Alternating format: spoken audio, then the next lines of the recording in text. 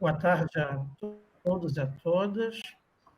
Satisfação que nós vamos dar continuidade à Semana do Meio Ambiente, com a promoção do Núcleo de Meio Ambiente, e nós estamos aqui para o painel número 5, que é intitulado Pesquisas Preliminares para a Elaboração de Teses do PPGDAN. O PPGDAN é o nosso programa de pós-graduação em Gestão de Recursos Naturais e Desenvolvimento Local na Amazônia. Essa é a elaboração das teses e suas conexões com a pandemia. Nós estamos aqui nesse painel com 4 doutorandos do PPG, o Ailton Pinheiro, a Márcia Tagore e a Cláudia Marçal.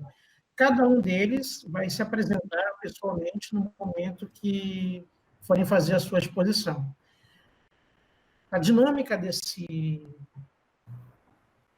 cada apresentador terá aí em torno de 15 a 18 minutos para fazer a sua exposição. Então, nós vamos ouvi-los e, após escutar os 4, nós vamos abrir para os debates, reflexões e participação aí nos prestigiando. Então, eu passo a palavra ao Pinheiro, que vai se apresentar e fazer a sua exposição. Estou aparecendo já? É com você, Ailton. Boa tarde a todos.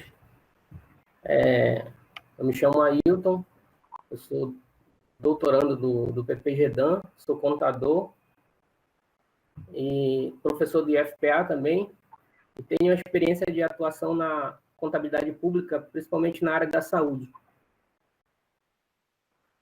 Bom, eu vou fazer a minha apresentação. Na verdade, eu estou fazendo uma tese, e a minha empiria é Marapaninha, eu vou trabalhar o recurso natural, plantas medicinais, mas em relação a Covid-19, eu vou usar uma parte da teoria que eu estou ajustando para usar na minha tese, para refletir um pouco sobre os impactos da Covid-19 nos ativos do estado do Pará. Apareceu o primeiro slide, né? Então tá, vamos lá. Covid, né? Primeiramente, falar um pouco.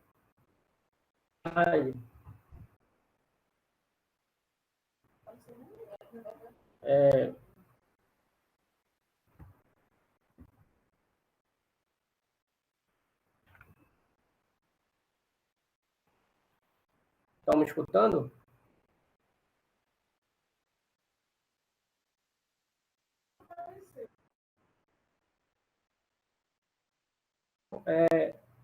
Quando a gente vai falar de contabilidade, para tentar ligar ela com a interdisciplinariedade, percebe que existe uma que a gente vai chamar de uma abstração clássica, que vai, então, esconder o objeto de estudo da contabilidade. Então, o nosso desafio é, primeiramente, encontrar esse objeto de estudo da contabilidade e tentar ligar. Passou o segundo slide? Tentar ligar ela com o desenvolvimento sustentável. E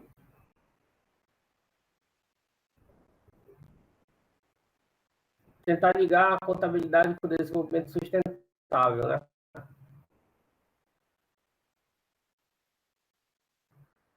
A contabilidade ela vai estudar os bens de necessidade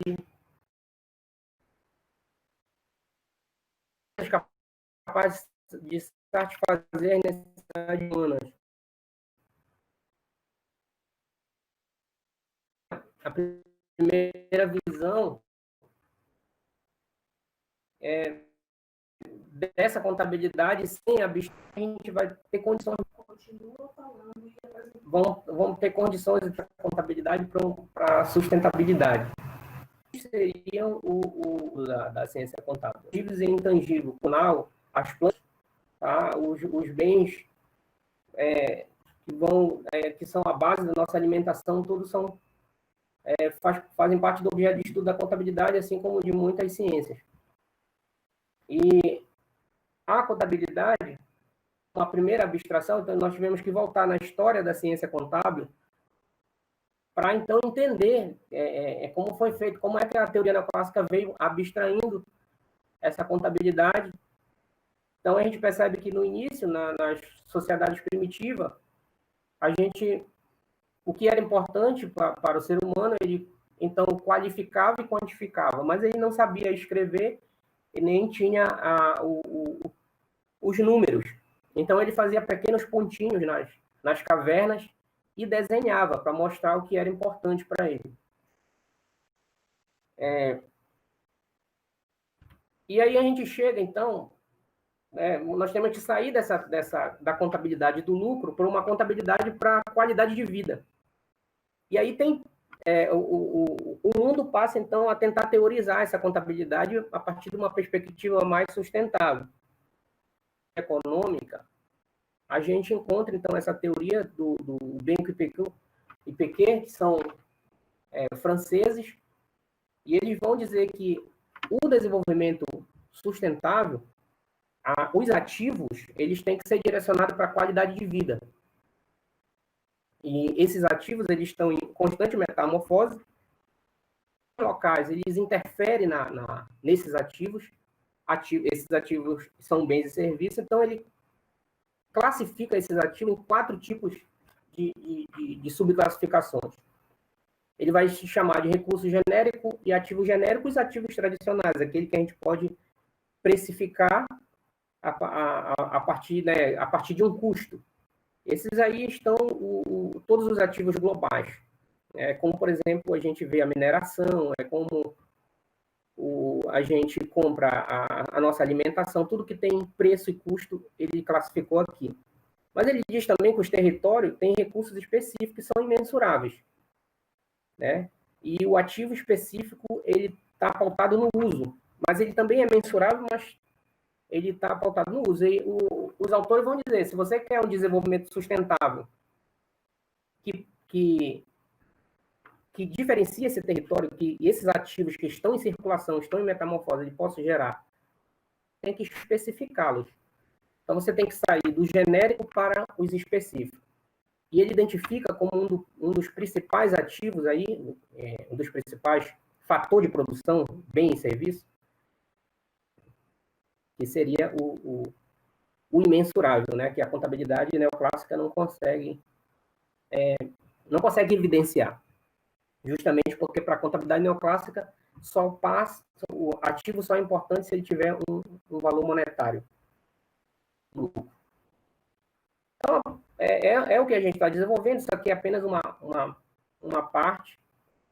A gente avançou bastante nessa teoria, fazendo ajuste nela a partir da contabilidade internacional, a partir de outros autores da contabilidade, principalmente contabilidade crítica, que vem se discutindo.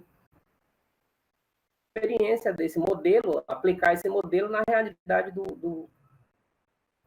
Então, como é que eu vou relacionar ações do Estado, Covid, bens e serviços?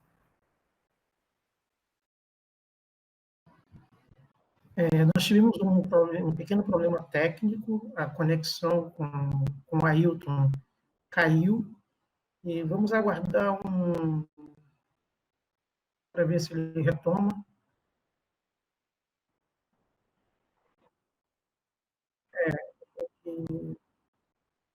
Então, nós vamos dar continuidade. Infelizmente, o Ailton perdeu a conexão, deve ter tido algum problema técnico. Hoje tem sido um dia difícil, né, nessa questão de conexão, porque está tendo várias quedas de energia em função dos temporais, tempestades, então a gente pede desculpas aí para o público que está nos acompanhando, mas a gente pode continuar o painel passando as apresentações seguintes, e assim que o Ailton retornar, no final ele pode concluir a sua apresentação. Então, eu vou passar a palavra a Risiane Portal, que já está com a sua apresentação na tela e vai fazer a sua exposição. Por favor, Risiane, se apresente, é com você.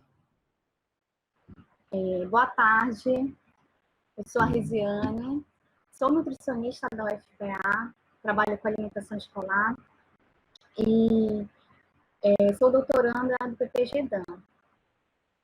E a minha temática no programa do PPG-DAN é o Programa Nacional de Alimentação Escolar e Agricultura Familiar.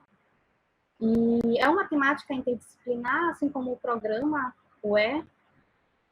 e devido a envolver diversas áreas do conhecimento. E falar do PNAE, na atual conjuntura em que nós estamos vivendo, é muito oportuno. As aulas estão suspensas. No entanto, criou-se toda uma normativa para que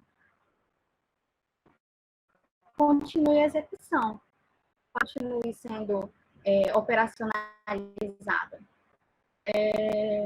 Minha fala de hoje é o PNAE como estratégia de soberania e segurança alimentar e nutricional em períodos de pandemia. A partir das pesquisas de Josué de Castro, em 1946, foi evidenciado cientificamente a fome no Brasil. Com isso, inicia-se políticas públicas emergenciais com o intuito de mitigar a fome. Com a promulgação da Constituição Federal em 88, o direito à alimentação e o seu acesso na escola tornou-se obrigatório. E o PNAE, popularmente conhecido como merenda escolar, ele é a evolução de diversos programas desde 1940. No entanto, o seu marco legal é de 1955. E, atualmente, o PNAE constitui uma importante estratégia de segurança alimentar e nutricional por promover o direito humano à alimentação adequada. Ele, com diversas ações que possam atingir as metas dos Objetivos de Desenvolvimento do Milênio, os ODS. Ele atende, em especial, a ODS número 2, que diz acabar com a fome, alcançar a segurança alimentar e nutricional e promover a agricultura sustentável. Então, desde a sua criação, o PNAE, a preocupação que motivava as pessoas envolvidas com o assunto era, de fato, a desnutrição. E desde a sua criação até 1993, a operacionalização do PNAE era centralizada, ou seja, um órgão central realizava todos os procedimentos, desde a aquisição dos alimentos até mesmo a distribuição para todo o território nacional. E, com isso, os alimentos que chegavam nas escolas eram ultraprocessados, enlatados, fórmulas de mingau pronto, pacotes de sopa. Então, ainda assim, mesmo naquela época, muitos estudiosos já preconizavam o emprego de alimentos regionais. Viria a se constituir o embrião do apoio à pequena produção local. E, em 1994, ocorreu a descentralização dos recursos do PNAE. Em 2009, o PNAE ele passa a ser a maior política intersetorial de segurança alimentar e nutricional, uma vez que, através da Lei 11.947, que no mínimo 30% dos valores repassados pelo FNDE para financiar a alimentação escolar deveriam ser empregados na aquisição de agricultura familiar. A partir dessa lei, o PNAE amplia as possibilidades de melhoria da qualidade da alimentação escolar. que possibilitou o uso e o aproveitamento sustentável de recursos naturais locais, mais diversificados, in natura, menor uso de agrotóxicos, e também proporcionou maior desenvolvimento local de forma sustentável, e também passou a ser uma forma de escoamento da produção dos agricultores familiares, gerando renda para esses agricultores. Então, dessa forma, o PNAE passou a contribuir com a segurança alimentar e nutricional, não só dos alunos, que são os fins da política, dos agricultores familiares, e passou também a ser um instrumento de soberania alimentar, pois o PNAE induz a escola a utilizar aquilo que os agricultores e a comunidade ao entorno está produzindo. Assim como também o inverso. Os agricultores a produzirem aquilo que os alunos precisam para uma alimentação mais saudável. Em 2009, a resolução número 38 vem contribuir também para uma melhora na qualidade da alimentação escolar, ao aumentar a quantidade de frutas e hortaliças, diminuir a quantidade de alimentos ultraprocessados, restringindo a aquisição de certos produtos e até proibindo a aquisição de alguns, como é o caso de bebidas de baixo valor nutricional. E dessa forma o PNAE ele passa a não só ser uma política que tem o intuito de sanar a fome dos estudantes, como também ele passa a ter valores muito maiores, baseado principalmente em duas diretrizes, que são o emprego da alimentação saudável e adequada, compreendendo o uso de alimentos variados, seguros, que respeitem a cultura, as tradições, os hábitos alimentares saudáveis, e o apoio ao desenvolvimento sustentável, com incentivos para a aquisição de gêneros alimentícios provenientes da agricultura familiar, obedecendo sazonalidade, contribuindo para o desenvolvimento local. Mas como fica o PNAE diante da pandemia da Covid-19? Após a determinação da OMS, o isolamento social foi decretado no Brasil. Os estudantes deixaram de frequentar as escolas com o objetivo de frear a disseminação do vírus. Entretanto, o Brasil ainda tem alto índice de insegurança alimentar, tendo mais de 13 milhões em estado de extrema pobreza. Com os altos índices de desemprego, a continuidade escolar ela tornou-se vital,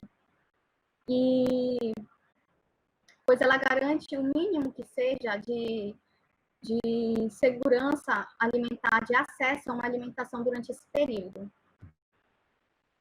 Diante disso, início de abril de 2020, foi promulgada a Lei 13.987, que autoriza, em caráter excepcional, a distribuição de gêneros alimentícios provenientes do PNAE para os responsáveis das crianças durante o período de calamidade pública. Com a promulgação desta lei, veio a sua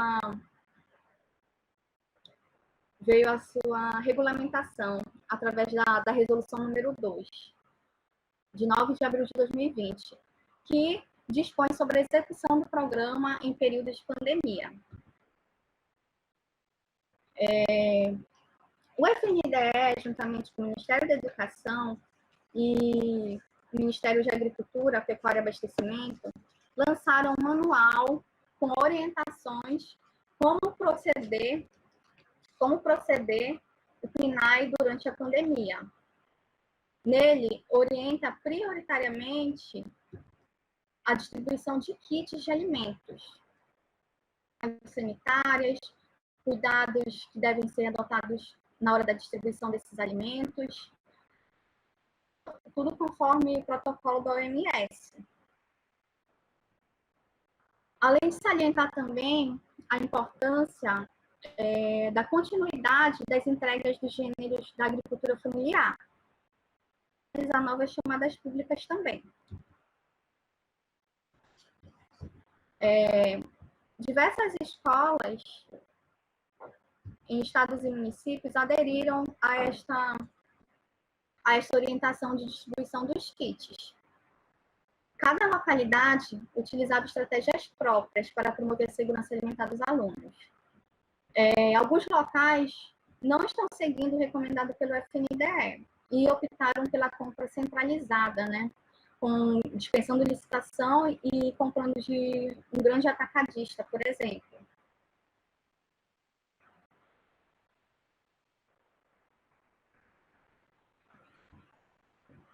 Outras localidades fizeram a aquisição de alimentos que não fazem parte da política da alimentação escolar, conforme a Resolução 38, como bebidas açucaradas, doces, enlatados, embutidos.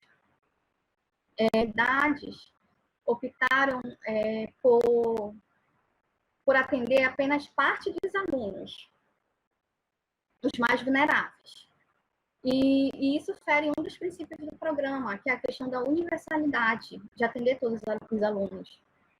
No entanto, essas localidades foram aquelas que não fazem complementação do recurso proveniente do FNDE. Então, essas localidades acabam utilizando o recurso do FNDE como única forma de financiamento. O FNDE trabalha com per capita pequenas. No ensino fundamental, por exemplo, ele repassa 36 centavos por aluno por dia. Então, fazendo aqui uma conta rápida, 36 centavos multiplicado por 20 dias letivos por mês, daria R$ 7,20, o que realmente não daria para atender cestas básicas, kits de alimentação para todos os alunos. Outras localidades optaram pela transferência de renda diretamente a estudantes. Foi o caso do estado do Pará, através de um cartão alimentação ou cartão merenda escolar. Ressaltar que esses recursos são próprios, não são provenientes da FNDE, uma vez que o recurso do PNAE só pode ser gasto com aquisição de alimentos. E essa opção de transferência de renda é uma opção que coloca como única forma de adquirir alimento em supermercados, então exclui totalmente os agricultores familiares da cadeia de comercialização. E em um momento que eles já estão sendo super afetados pela pandemia, com insegurança de escoamento da sua produção.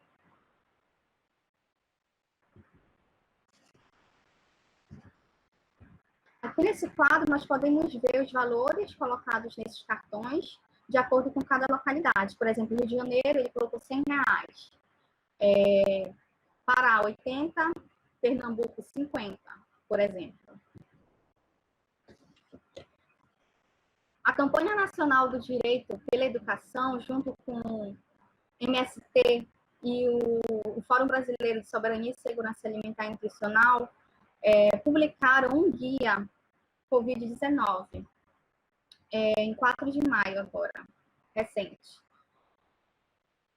Traz muitas informações, orientações do FNDE, mas a principal informação que esse guia traz está nesse quadro aqui ao lado, que pede a continuidade da aquisição de alimentos da agricultura familiar, pois, caso isso não ocorra, coloca em risco as redes de abastecimento popular. Pode colocar em risco essas redes muito afetadas pela pandemia. Como, por exemplo, tem locais, feiras, onde esses alimentos eram vendidos, estão proibidas. Também o próprio mercado institucional, tem muitas localidades que estão paradas. e com isso afetando profundamente a agricultura familiar. Em entrevista ao site O Joio e o Trigo, o ex-diretor da FAO, José Graziano, ele fala um pouco sobre a importância de estimular a agricultura local. Ele diz que é necessário não só para evitar um possível desabastecimento durante a pandemia, como também ser prioridade em ações futuras após a crise. E que ainda diz que ainda está longe de acabar esta crise. Então, os produtores rurais precisam tanto do apoio do Estado como também de... Aqui eu trago as referências, mas só para concluir,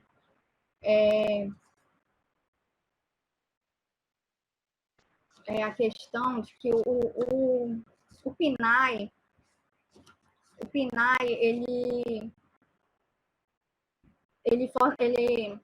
a alimentação escolar como um todo foi desenhada como uma atuação pública para atender uma agenda pontual, no caso, a carência nutricional. Só que ele foi se transformando e se consolidando em um programa de Estado e com garantias de direitos. No entanto, diante da pandemia da Covid-19, ele assumiu uma forma assistencialista, fornecendo alimentação à distância. Não sabemos quando isso vai parar, é algo muito incerto, mas é uma situação de calamidade pública. Mas o PNAE ele não foi construído dessa forma. Ele continua sendo uma política pública universal, continua sendo formadora de hábitos alimentares saudáveis e sustentáveis, ele continua sendo promotor da segurança alimentar e nutricional e um instrumento de soberania alimentar. E eu termino a minha fala deixando aqui uma frase de reflexão: imobiliza, e na imobilização cresce o medo e a desesperança. Obrigada. Muito obrigado, Risiane, pela sua apresentação dentro do tempo. Obrigado pelo rigor. E nós vamos passar agora para a apresentação da Márcia Tagore, que vai se apresentar e fazer a sua exposição dentro do tempo que ela tem aí de 18 minutos. É com você, Márcia, por gentileza. Boa tarde a todos. É um prazer estar aqui com vocês nessa webinar. Eu me chamo Márcia Tagore, eu sou engenheira agrônoma de formação e extensionista da Emater Pará, mas estou trabalhando atualmente na Secretaria de Estado de Desenvolvimento Agropecuário, na SEDAP, e coordeno o Fórum de Indicação Geográfica do Estado. E a temática, justamente, indicação geográfica, né, que é a minha pesquisa de doutorado. Eu fiz mestrado no PPG-DAN e eu estou retornando, né, trabalhando, fazendo essa pesquisa atualmente, que é para a gente poder ver de que forma contribui com a sociedade de um modo geral, para que a gente conheça um pouco mais sobre essa temática. Eu gostaria de inicialmente falar um pouco sobre a importância da gente estar tratando a questão indicação geográfica enquanto instrumento indutor de desenvolvimento territorial e de redução de desigualdades sociais. O instrumento de indicação geográfica é um instrumento que não é tão comum para as pessoas ainda aqui no Brasil. Embora a política já tenha alguns anos, tenha 26 anos de instalação, de implementada, essa temática de indicação geográfica, a política é a política de propriedade, e essa temática de indicação geográfica ainda não está dominando, ainda não está sendo dominada dentro do meio social. E aí, o que a gente vem buscando, né? Cada vez mais apresentar o que é a indicação geográfica para que as pessoas comecem a se familiarizar com o tema. Embora seja um tema que, na Europa, né, iniciou por volta de 1700, com a questão do vinho do Porto, para nós aqui no estado, ela ainda é, principalmente para cá, para o norte, ela ainda é pouco conhecida. A lei, então, de indicação geográfica, que é a Lei de Propriedade Industrial, que é a política pública, né, ela regulamenta a matéria de indicação geográfica, e aí distingue entre denominação de origem e indicação de procedência. O que a gente gostaria de trazer com esse slide, inclusive, é para explicar um pouco, e aí no mapa a gente já consegue perceber, pelo mapa, como isso se distribui, essa discussão se distribui atualmente no contexto do Brasil. Então, ela, apesar de ser um instrumento muito conhecido, e a gente às vezes nem se dá conta, né? Por exemplo, o vinho do Porto, que é uma denominação de origem, o champanhe da região da França, a gente ouve falar, mas não associa efetivamente com o produto. E aí, por isso a importância da gente estar falando cada vez mais sobre esses instrumentos. No nosso caso, nós tivemos a nossa primeira indicação geográfica, que é o cacau de Tomé-Açu, né, que passou quase 5 anos em processo dentro do INPI, que é o órgão que analisa a documentação e que concede o reconhecimento da indicação, né, da indicação geográfica, nesse caso, uma indicação de procedência. E aí a gente vê que, muito embora nós tenhamos um potencial de sociobiodiversidade muito grande, nós ainda temos poucas atividades dentro dessa área. Hoje, no Brasil, nós temos 56 indicações de procedências reconhecidas, todas elas são nacionais, mas nós temos 12 denominações de origem reconhecidas que são daqui do Brasil também, e 9 que são estrangeiras, porque tem todo um processo que também passa pelo INPI para que eles sejam reconhecidos. A nossa pesquisa, ela busca principalmente a trabalhar a indicação geográfica no sentido de ver como esse instrumento pode propiciar o desenvolvimento de um território. E aí, nesse sentido, a gente trabalha categorias, enfoques e conceitos que justamente tentem amarrar essa questão. A indicação geográfica, a gente que trabalha muito a questão do patrimônio territorial, e aí o doutor Dalabrida, a leitura de doutor Dalabrida é fundamental, mas tem também a questão da identidade cultural, patrimônio, singularidade de inovações e gestão de território, enfim, uma série de estudos feitos, né, por Serdã, Caldas, Nerdelli e outros, mas também a gente pega como categorias de trabalho a questão do território e a questão da política pública e da governança. Entendendo que a política pública tem um papel importante nesse contexto, né, porque as ações de governo, segundo o Lean, elas têm um propósito, né, para a sociedade, e aí esse propósito vai influenciar na vida das pessoas. A questão do território, porque ele é um local de desenvolvimento, né, e de uma lógica cultural, de uma lógica social que se reconhece naquele espaço, e aí a gente pega principalmente Milton Santos para entender e discutir essa questão do território, né? E também a questão da governança, com a questão da inteligência territorial, porque é importante que, nesse processo de indicação geográfica, onde as formas associativistas, associações e cooperativas, elas que demandam esse reconhecimento, a partir da demanda da sociedade, estes grupos precisam estar muito bem organizados e precisam entender o seu papel tanto na construção das relações institucionais, né, e para além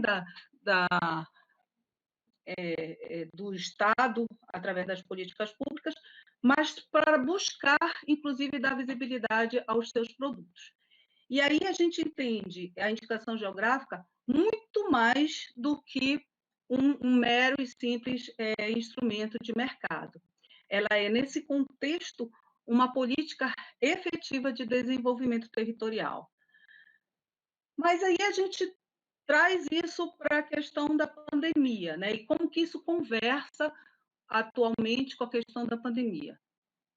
Nós temos, através do Fórum de Indicação Geográfica, participam 35 instituições que, inclusive, estão buscando o seu reconhecimento, né? A IG do Cacau de Tomé Açu, ela já foi reconhecida, mas tem o queijo do Marajó, tem a farinha de Bragança, que estão em processo, mas nós temos uma riqueza muito grande, né? Das cuias, do artesanato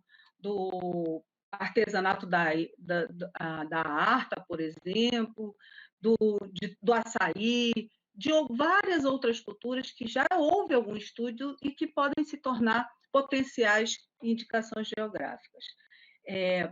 Nessa questão da IG em tempos de pandemia, o que a gente sentiu na pesquisa que a gente fez com eles, né, conversando com os técnicos, produtores e com a sociedade de um modo geral, é que nós temos se abriu uma possibilidade muito grande, e ela já o é assim, né, essencialmente assim, a indicação geográfica, ela dá visibilidade, mas há mercados, há conhecimentos, né? Por outro lado, ela busca também romper essas fronteiras. Com a questão da pandemia, os meios de comunicação foram cada vez se buscando outras alternativas que pudessem minimizar a grande problemática das nossas desigualdades, né? E aí o nosso desafio é justamente isso, né? A infraestrutura na Amazônia, né? Pensando a Amazônia, pensando o Norte, pensando o Pará, e como essa infraestrutura, e aí, quando eu falo infraestrutura, eu estou falando de condições de acessar o conhecimento e através de uma internet, através de um computador, através de uma webinar, né, de um instrumento efetivo de dar visibilidade, né?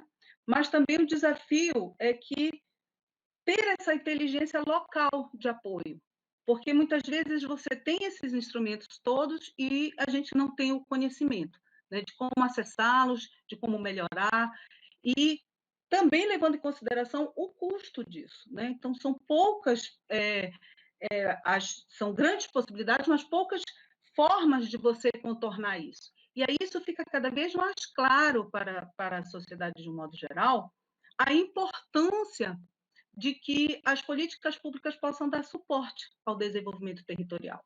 Porque só a gente tendo condições de possibilitar esse apoio às organizações é que um instrumento como uma indicação geográfica vai efetivamente alcançar o desenvolvimento desse território. E aí o aporte se dá em termos da gestão, né?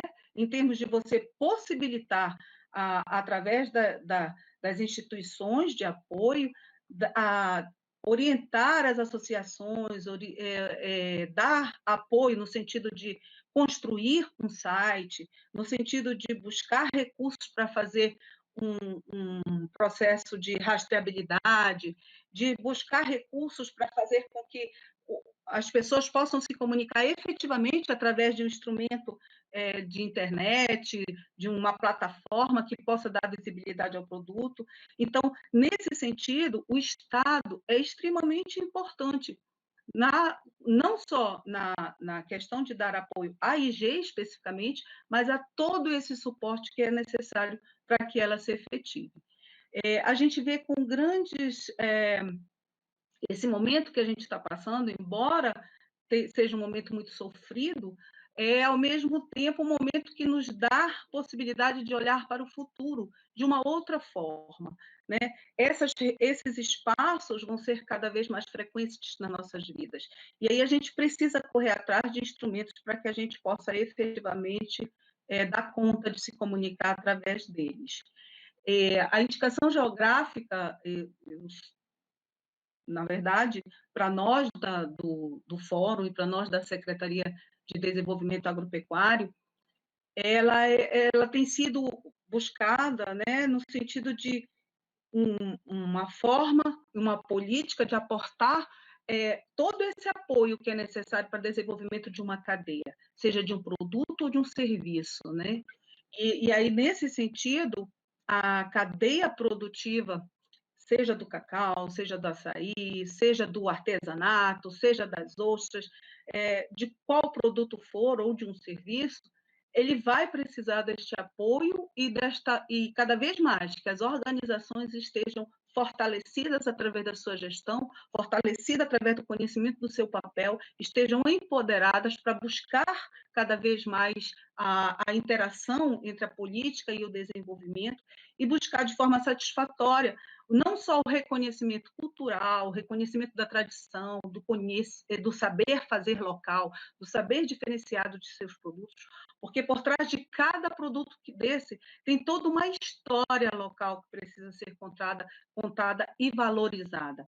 Cada produto que é apresentado, ele traz consigo uma história dos agricultores que estão por trás desse trabalho todo. E é essa história que a gente precisa valorizar. E é essa história que a gente precisa apoiar e dar suporte. E aí, nesse sentido, esse casamento de desenvolvimento territorial, através de políticas públicas, com governança, discutindo em espaços democráticos, né, em espaços onde a gente possa realmente estar dialogando e buscando as melhorias, é o que a gente está buscando apresentar como uma proposta de Estado. Nesse sentido, nossa pesquisa está em andamento, né, mas cada vez mais a gente tem já confirmado algumas dessas nossas teorias, que a gente brevemente espera apresentar como nossa tese de doutorado. Estou à disposição, está meu telefone, meu e-mail, e gostaria de agradecer a oportunidade de falar neste espaço e cada vez mais dizer que nós temos um potencial muito grande. A Amazônia tem um potencial muito grande. Nesse sentido, nós precisamos valorizar essa cultura local, valorizar as questões da Amazônia e do Norte. Então, eu deixo aqui a minha mensagem de que podem, o nosso papel, para além de pesquisadora do grupo GPSA, né, Amazônia, da qual a gente faz parte, para além da nossa pesquisa e do nosso trabalho como doutoranda dentro do PPG-DAN, para além da extensionista e da engenheira agrônoma, nós como cidadã, como papaxibé, né? A gente tem que valorizar realmente o produto da nossa região. E, assim, entender que é um espaço que a gente pode buscar muitas outras possibilidades de desenvolvimento. Ele abre, inclusive, portas para o turismo, ele abre portas para outras formas de comercialização. Então, acho que essas outras possibilidades que derivam disso, a gente pode estar promovendo enquanto Estado, né? E aí, nesse momento, é o Estado falando, e eu só tenho que agradecer, né, até meu tempo, acho que... E eu agradeço a possibilidade de estar mostrando um pouquinho da nossa pesquisa. E espero que, em breve, a gente fale mais sobre essa temática, e já gostaria de fazer uma chamada. Dia 10 nós teremos uma live, uma webinar, sobre especificamente indicação geográfica através do Fórum de Indicação Geográfica e Marcas Coletivas do Estado do Pará. Então, até lá, nós temos muitas coisas para falar sobre isso, muitas outras coisas, e a gente vai ter com os produtores esse espaço no dia 10. Estão todos convidados. Obrigada. Obrigado, Márcia, por essa apresentação clara, bem estruturada, assim como as demais. Eu gostaria de destacar a pertinência e a relevância de todos os temas que estão sendo tratados aqui, que nós estamos num momento de reinvenção do social, reinvenção do econômico, reinvenção do território, né? E que isso sugere, é claro, o protagonismo dos atores e o reconhecimento das capacidades de ação local. Eu vou passar a palavra para Cláudia Marçal, que vai se apresentar e fazer a sua exposição. É com você, Márcia, por favor. Márcia não, Cláudia, desculpa. É com você, Cláudia, por favor. Boa tarde a todos. Eu me chamo Cláudia Marçal, eu sou doutoranda do PPG Dando Numa e sob a orientação do professor Gilberto Rocha, e eu vou apresentar, deixa eu mostrar aqui para vocês, só um segundo. Eu vou proceder à apresentação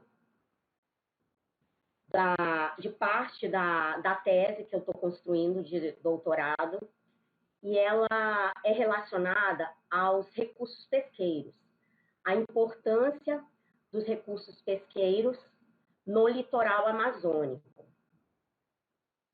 A importância desses recursos no litoral amazônico.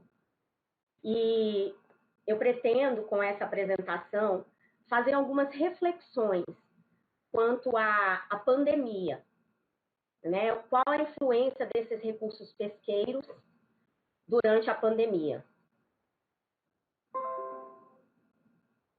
Todos estão conseguindo ver? Espero que sim. Bom, certo. Então, as reflexões que eu vou fazer, né, são sobre esses recursos pesqueiros no litoral amazônico.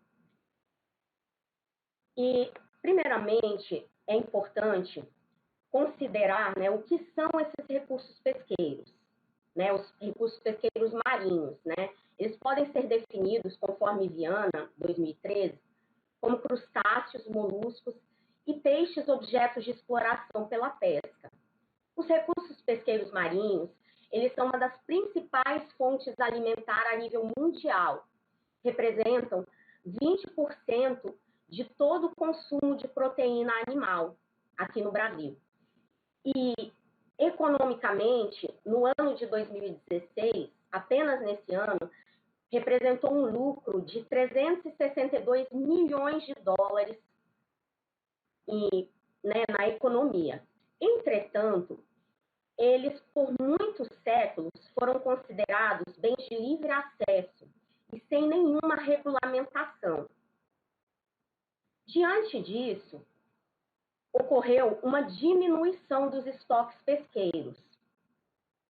Eu gostaria de mostrar, através dessas figuras, uma pesca que foi realizada na década de 50, na década de 80 e em 2007.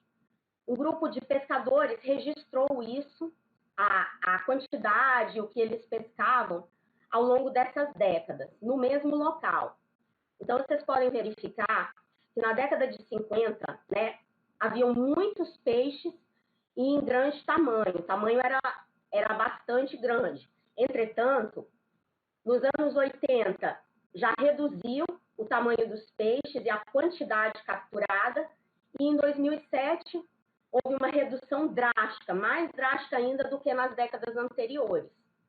Então, isso se reflete a nível mundial, dessa diminuição dos estoques pesqueiros.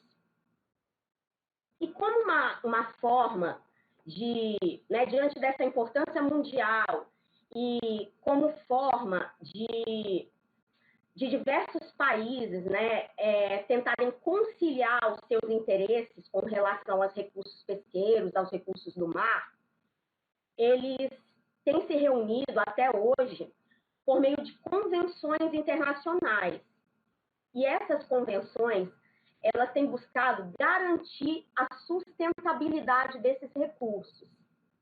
E entre elas, nós podemos destacar a Convenção da Diversidade Biológica, a Conferência dos Oceanos, os Objetivos de Desenvolvimento Sustentável, né, dentro dos Objetivos do Milênio. E entre esses, merece destaque para a temática em questão o objetivo 14 de desenvolvimento sustentável, no qual ele afirma que a conservação e uso sustentável dos oceanos, dos mares e dos recursos marinhos para o desenvolvimento sustentável.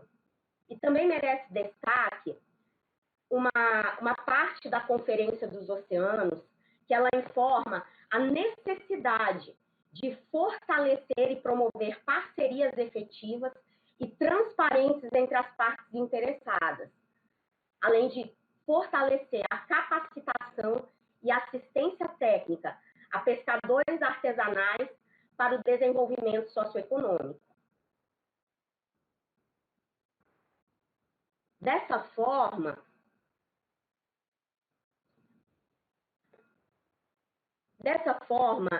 nesse momento de pandemia e neste cenário, 4 situações têm se destacado. E nós, a partir dessas 4 situações, vamos pontuar as nossas reflexões. Quais são as situações verificadas? Saúde, crise econômica, desemprego e isolamento social. Tendo como perspectiva a saúde, nós compreendemos que o atual cenário tende a causar uma maior preocupação com relação à saúde e, consequentemente, tende a causar uma busca por fontes de proteína de qualidade, dentre as quais se destacam os recursos pesqueiros, se destaca o pescado. E isso tende a se repercutir na valorização do pescado. Somado a isso, tem sido verificado o desemprego e a extinção de vários postos de trabalho, o que certamente tende a levar muitas dessas pessoas, principalmente aqui no litoral amazônico, a buscar outros meios de sobrevivência, dentre os quais se destaca a pesca. O que, juntamente com a valorização do pescado, tende a aumentar a pressão sobre os recursos pesqueiros. Por quê? Principalmente os recursos pesqueiros de fácil acesso. Porque eles não demandam grandes investimentos em barcos, investimentos em combustíveis e outros tipos de investimentos. Então, recursos tais como caranguejo, ostras, requerem menos recursos e são mais fáceis de serem capturados.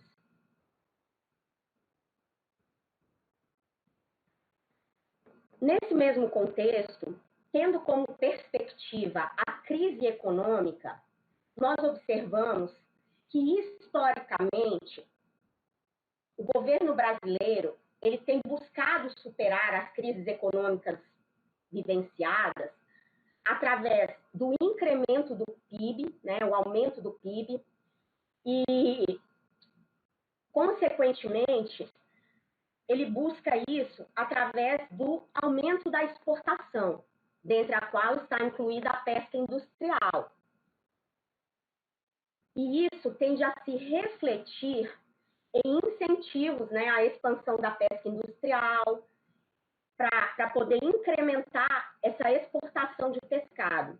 Entretanto, né, a fim de aumentar o PIB. Entretanto, essa estratégia, somada ao fato do isolamento social não conferir maiores possibilidades à participação social, ao compartilhamento de informações, a fim de promover a justa distribuição dos recursos, em especial no que tange à participação destes pescadores, os pescadores tradicionais, né, ou artesanais, que possuem uma maior dificuldade de acesso à internet e dificuldade de compartilhamento de informações nesse período de isolamento.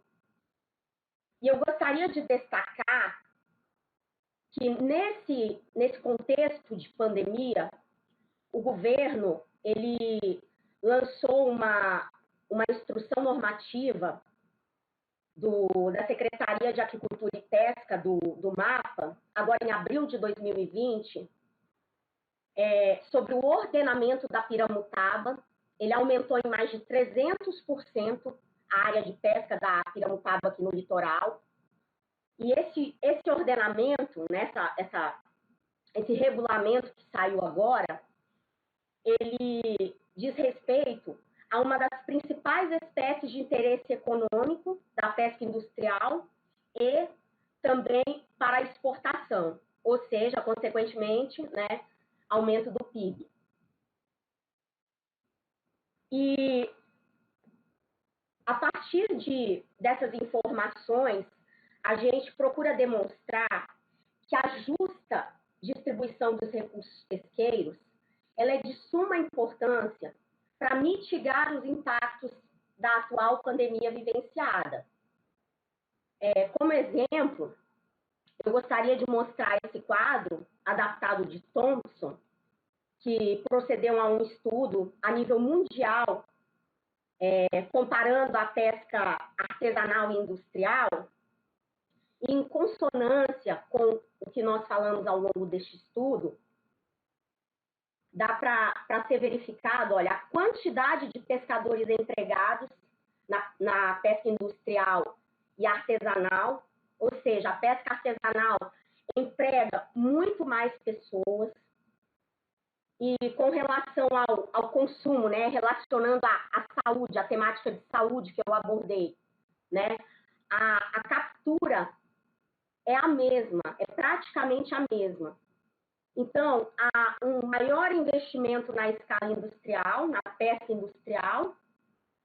Entretanto, os benefícios, né, apesar da pesca industrial ter benefícios, os benefícios também são, às vezes, muito maiores na pesca artesanal. Eles podem ser maiores.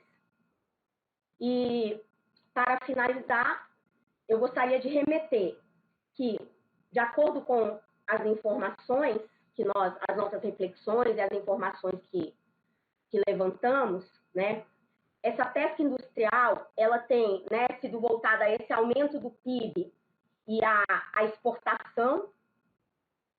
Então, ela se volta para o mercado externo, enquanto a pesca artesanal, ela é mais direcionada ao desenvolvimento local, ou seja, a melhoria da saúde que tem sido buscada nessa pandemia, né? A proteína de qualidade, a melhoria da população local, né? O desenvolvimento local, né? A pesca artesanal tem promovido esse desenvolvimento, ela busca esse desenvolvimento, enquanto a industrial, apesar de toda a sua importância, ela é mais voltada ao mercado externo. Então, ela não promove esse desenvolvimento, né? Desenvolvimento local ou endógeno, tanto quanto a artesanal. Obrigada. Finalizo aqui a minha apresentação. Muitíssimo obrigado, Cláudia, por essa belíssima apresentação que traz aportes importantes para a nossa reflexão. Eu vou passar a palavra para o Ailton, para que ele possa dar continuidade na apresentação dele. Ele tem aí ainda de 3 a 5 minutinhos para fechar o seu raciocínio, que foi interrompido por uma queda na internet dele. Então, como aqui a gente também cultiva o espaço democrático, é justo que a gente devolva a palavra para ele, para que ele possa finalizar a sua apresentação. Por favor, Ailton, é com você a palavra. Obrigado, professor Aquiles. Então, eu vou continuar daqui, vendo vocês agora, tá? Não vou falar de slide, mas eu fiz um esquema aqui para nós adaptarmos. Então, eu estava já no resultado, né? Eu vou mostrar um pouco do que eu consegui ver com esse aporte teórico que eu estou utilizando, ainda em construção, mas o que eu consegui das ações do Estado em relação aos recursos e ativos do Estado. Então, eu dividi em 3 tipos de observação. Eu coletei muitos documentos, muita reportagem, e com base nisso eu usei um pouco lá o Bardin e classifiquei em 3 tipos de resultado. Então, eu vou analisar o programa Máscara para Todos, o que ele representa teoricamente para o desenvolvimento, o impacto do recurso e ativo na área da saúde, que também está muito em evidência, e quais foram os impactos em ativo e recurso de comércio e serviço. Então, do ponto de vista teórico, a ação governamental que geraria uma maior durabilidade, eu analisei de março até 24 de abril, tá bom? Então, foi até aí que eu não analisei para frente. Esse mês que eu fiquei analisando essas ações do Estado, o programa Máscara para Todos é o que chama atenção, teoricamente, porque o que é que ele faz quando ele cria um programa onde ele coloca as costureiras, né, para trabalhar. Teoricamente, isso seria um recurso específico que ele está ativando. Existe uma característica no território, essas pessoas já sabiam costurar. Eu dou exemplo até da minha mãe, que foi aqui no Conjunto Maguari, foi uma das primeiras pessoas a construir máscara. Então, isso ela aprendeu historicamente. Então, o Benco vai dizer que, o Benco vai dizer que isso daí é herdado de uma cultura antiga. O governo, então, ele só fez ativar isso. E isso impactou, então, e gerou oportunidade econômica para essas pessoas, aí a gente já faz com a marcha 100, gerou oportunidade econômica, segurança protetora e oportunidades sociais. Então, dessas ações que ele fez, essa é a que geraria a maior durabilidade do território se ele continuasse investindo nesse tipo de habilidade das pessoas presentes no território. A segunda coisa que as ações do governo impactou foi em ativos da saúde. O que é que ele faz quando ele começa a adquirir equipamentos para a saúde, começa a contratar pessoas? Ele está transformando ativo genérico, principalmente dinheiro, em ativo específico. Então, aí ele gera 2 resultados contábeis, né? Ele vai gerar um R1, que aí é um pouco que a gente precisa estudar um pouco mais, porque ele está transformando algo que já estava em atividade no território para outra, especificando aquilo, ou seja, ele não está tirando um recurso específico para transformar num recurso, um ativo específico. Ele está usando algo em atividade para colocar em atividade também. Então, tem que investigar como é que vai ficar essas outras bertas desse recurso, se prejudica ou não. Pode perceber recursos específicos que surge, você está ativando a saúde,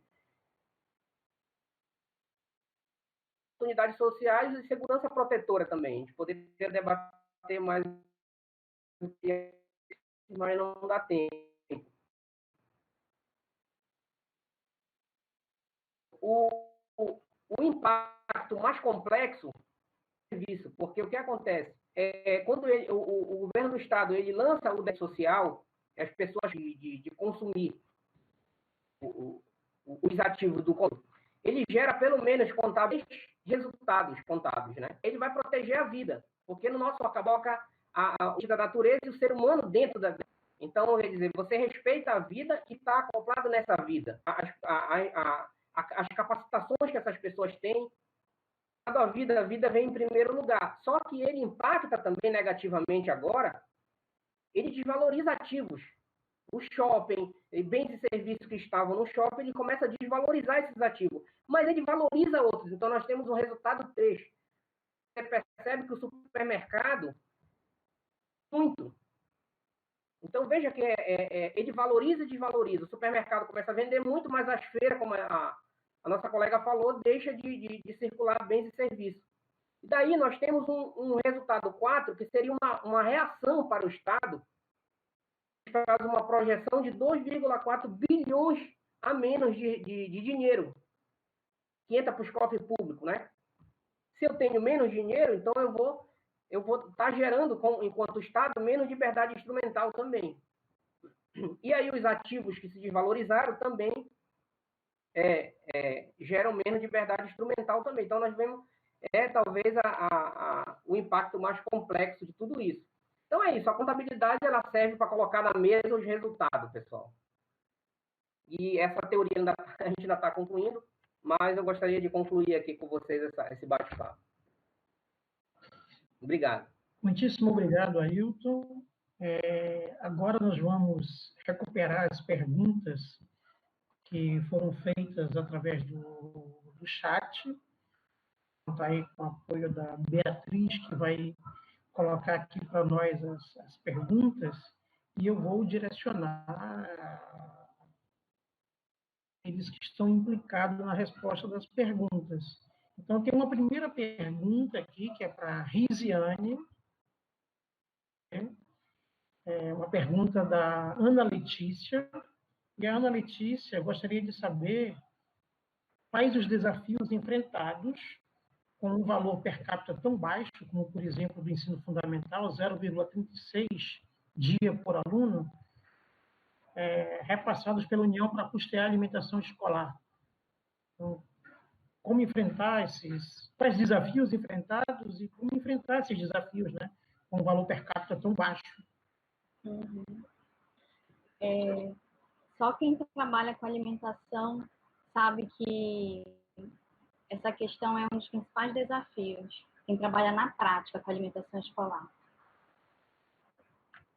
Bem, a questão do repasse dos valores não deveria ser somente esse valor, porque conforme a Lei 11.947, o valor repassado pela União para o financiamento da alimentação escolar é de caráter suplementar, ou seja, estados, municípios, instituições federais de ensino deveriam complementar este repasse. A responsabilidade do financiamento da alimentação escolar não é só da União, dos outros entes federados. No entanto, não existe nenhuma regulamentação para isso.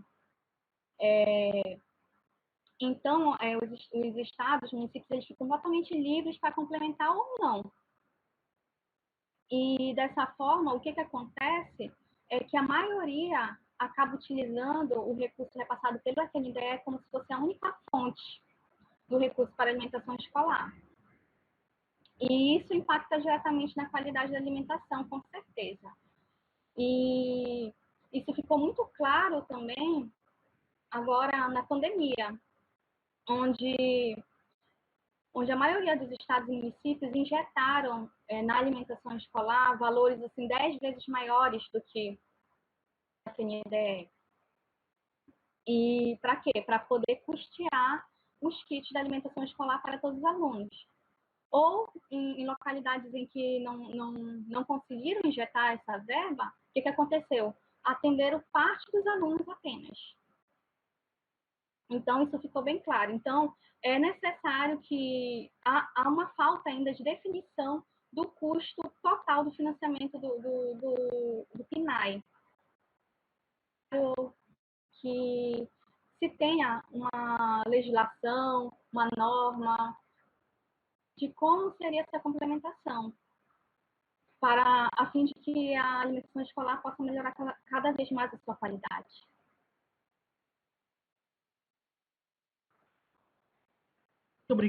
Muito obrigado, Risiane, pela resposta. Nós não temos perguntas do público, nós temos aí uma série de felicitações, parabéns a todos os expositores, mas nós não temos perguntas. Eu gostaria de fazer uma ponderação que eu acho relevante para juntar essas apresentações. Eu acho que tem um aspecto muito importante, e eu vou entrar pelo viés dos ativos territoriais, que foi tocado pelo Ailton. Eu acho que tem um grande eixo de articulação entre as apresentações de vocês, na medida, por exemplo, produtos da indicação geográfica, produtos do pescado e produtos da agricultura familiar que podem ser inseridos no PNAE, eles podem estar constituindo uma cesta de bens e serviços como ativos do território.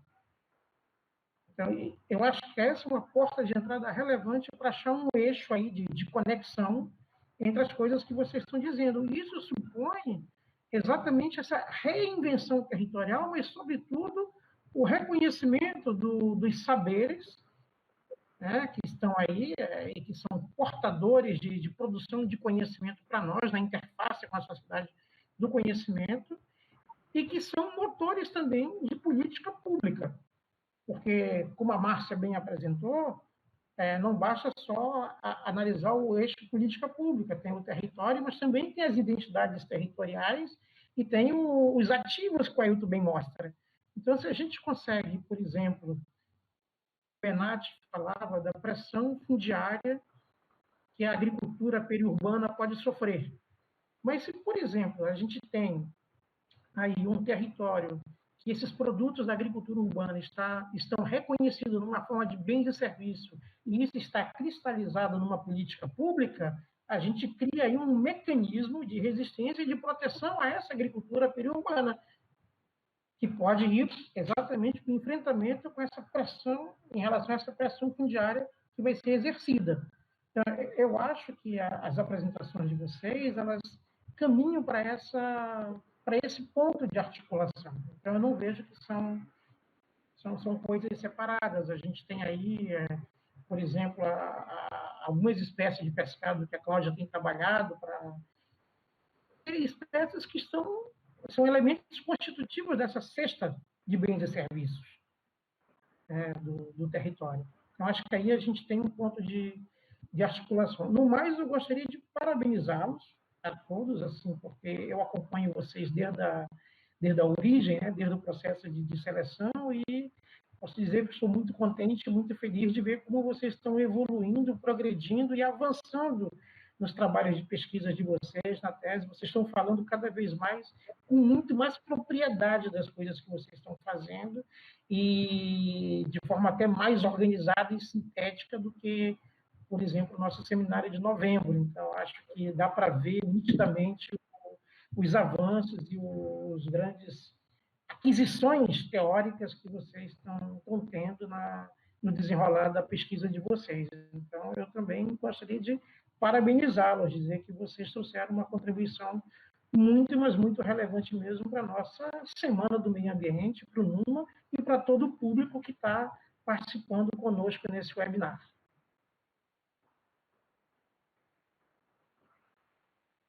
Eu deixo a palavra franqueada, se algum de vocês quiser falar.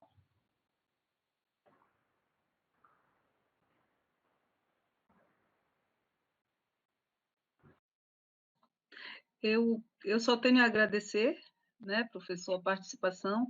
Acho assim, a gente ainda fica muito inibido com essa coisa da questão de estar falando para um computador, né? É tudo muito novo, mas acho que é muito importante a gente exercitar isso, né? Eu gosto, para quem me conhece, sabe que eu gosto de falar muito sobre o assunto de indicação geográfica.